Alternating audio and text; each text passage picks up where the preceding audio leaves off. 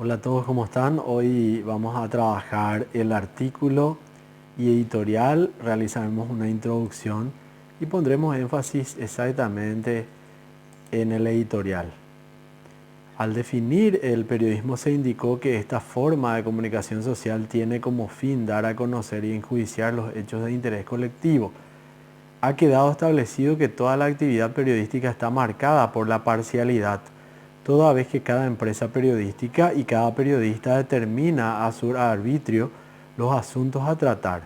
Escogen las fuentes de información, valoran los datos de cada suceso y determinan el sitio y el despliegue de cada texto dentro del diario, la revista o el noticiario, la cual implica que el periodismo inevitablemente es una disciplina esencialmente subjetiva. De los distintos géneros que se practican para dar a conocer y enjuiciar los acontecimientos de interés social, únicamente la noticia prescinde de juicios, opiniones e interpretaciones, concretándose a dar una cuenta de los hechos de manera concisa y profiláctica, lo cual hace de ella un género objetivo o más exactamente el menos subjetivo de los géneros. Entrevista, crónica, reportaje y columna son géneros que admiten o rechazan valoraciones a cargo del periodista, de acuerdo con el tipo de trabajo que éste quiera desarrollar. Los cuatro pueden ejercerse con fines estrictamente informativos y los cuatro, si se quiere, admiten juicios, opiniones e interpretaciones. A diferencia de los cinco precedentes, dos géneros más, el artículo y el editorial, se ocupan expresamente de enjuiciar los hechos de interés público. Son los géneros subjetivos por antonomasia y definen con claridad las posiciones políticas e ideológicas de los periodistas en lo individual y de las empresas periodísticas en lo institucional. Importancia del enjuiciamiento periodístico. La información llena una parte, sin duda, la más importante por ser su materia prima del ejercicio periodístico. Suministra a los receptores de un conjunto de noticias, entrevistas, crónicas, reportajes y columnas que los mantienen al tanto del acontecer mundial. Idealmente, la información por sí sola o la información aderezada con juicios, opiniones e interpretaciones debiera bastar para que todo el público formara con base en ellas su propio criterio. Sin embargo, cada diario, cada revista o cada noticiario de radio y televisión, de acuerdo con el crédito que ha sabido ganarse entre el público, se hace un cierto prestigio que le convierte en una especie de orientador de conciencia en algunos sectores. Igual ocurre en diferente escala con periodistas que logran erigirse líderes de opinión. Esta prominencia de medios y periodistas en el sentir público está sustentada en el servicio general que su material periodístico presta a los receptores. Un diario, por ejemplo, que proporciona todos los días noticias, entrevistas, crónicas, reportajes y columnas de verdadero interés, en los que refleja una genuina voluntad de trabajo periodístico sin otro compromiso que cumplir con sus lectores, se vuelve un órgano con autoridad moral para, en sus editoriales, orientar el criterio de quienes confían en ese medio. Un articulista cuyo análisis y juicios convencen a sus lectores, sobre todo cuando avalan su calidad, no solo con la interpretación de hechos ya ocurridos, sino con su capacidad para prever y prevenir sobre acontecimientos que se confirman después, también se convierte en un orientador que obliga, de alguna forma, a estar pendientes de su trabajo analítico.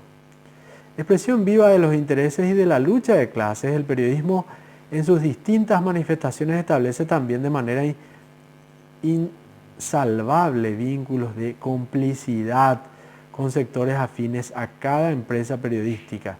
En artículos y editoriales se hacen explícitos los mensajes que de manera implícita o no suficientemente expresa contienen los demás géneros periodísticos que maneja cada diario, cada revista o cada noticiario de radio y televisión. Hablemos ahora de el editorial. El género mediante el cual una publicación da a conocer sus puntos de vista sobre un acontecimiento de interés actual se llama editorial. La función del editorial es analizar y enjuiciar de acuerdo con su trascendencia los acontecimientos más importantes del momento. El editorial nunca aparece firmado porque representa el pensamiento no solo de quien lo escribe y permanece anónimo, sino el de la empresa periodística en que aparece. La publicación o el noticiario se responsabiliza social y legalmente por los juicios que se emiten en el editorial. En las empresas periodísticas de circulación nacional, por lo general se dispone de un equipo de editorialistas integrado por periodistas que, en primer término, están compenetrados y comprometidos por el pensamiento de los directivos de la publicación. No es una sola persona la encargada de escribir todos los editoriales, porque un solo periodista no puede conocer de todo cuando el asunto que se quiere editorializar es el económico. Redacta el texto un especialista correspondiente. Lo mismo ocurre cuando lo que se quiere comentar es de otra índole. El editorial pues tiene estas características. A. Es un escrito sistematizado cuyo lugar tradicional es el periódico diario, pero que aparece también en algunas revistas y noticiarios. Sirve para que el periódico exponga su propia doctrina y desarrolle la labor ideológica a que todo medio periodístico responde, es el punto C.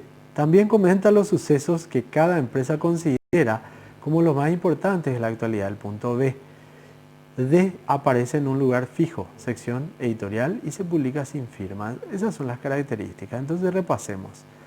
Escrito sistematizado, lugar tradicional, comenta sucesos que cada empresa considera importantes, sirve para que el periódico exponga su doctrina y aparece en un lugar fijo. Fundamentos del editorial. Sostener una doctrina, una manera de ver el universo y tratar de difundirla es innato en el hombre y en las instituciones humanas. Aún sin quererlo, el periodista hace exposición de su doctrina con el fin de propagarla. El editorial subraya acontecimientos de los cuales ya se informó en otras secciones del periódico, casi siempre en su primera plana. Los periódicos como instituciones sustentan un criterio determinado en cada uno de los principales campos de la actividad humana. En lo social, en lo económico, en lo político, en lo religioso, el editorial proyecta el tipo de sociedad a que aspiran los editores. Debido a la invisible presencia que el periodismo debe asumir en sus géneros informativos o sustancialmente informativos, no es justificable en ellos condenar o censurar hechos que a juicio de los editores sean condenables o reprochables, como tampoco lo sería cantar loas a los protagonistas. Esto que estamos leyendo se encuentra en la página 290 del manual de Vicente Leñero. Dicho de otra manera, lo que en la primera plana está vedado es precisamente lo que se vuelve declaración de principios en el editorial. El editorial es eficaz cuando más tiene aplicación con realidades periodísticas concretas. La doctrina abstracta es un anacronismo en el periodismo. La elaboración de un editorial requiere del redactor una cultura vasta y una aptitud especial para documentarse en detalle sobre determinadas materias, experiencias para expresar ideas fundamentales al margen, pero a propósito de los hechos que se comentan, y habilidad para hallar en tales sucesos el ángulo propicio a la tendencia doctrinaria. El editorial es más eficaz cuando argumenta que cuando se limita a condenar o a denunciar. Pese a su propósito doctrinario, el editorial no debe convertirse en manifiesto, en panfleto o en pancarta. Vamos a hablar acerca de los principios técnicos del editorial ahora. Se comprende la imposibilidad de sujetar a un género tan subjetivo como el editorial a reglas fijas de redacción, a un estilo particular que pudiera considerarse válido para todos los editorialistas. Pretender hacerlo sería contradecir el carácter subjetivo del mismo género. Sin embargo, es posible señalar ciertas condiciones y establecer ciertos requisitos fundamentales para que el editorial en su estilo y en su técnica cumpla con su objetivo. La labor de convencimiento con vistas a la formación de opinión se realiza por medio de la fuerza probatoria del pensamiento y de los hechos. La forma es solamente un medio de transmitir esa fuerza.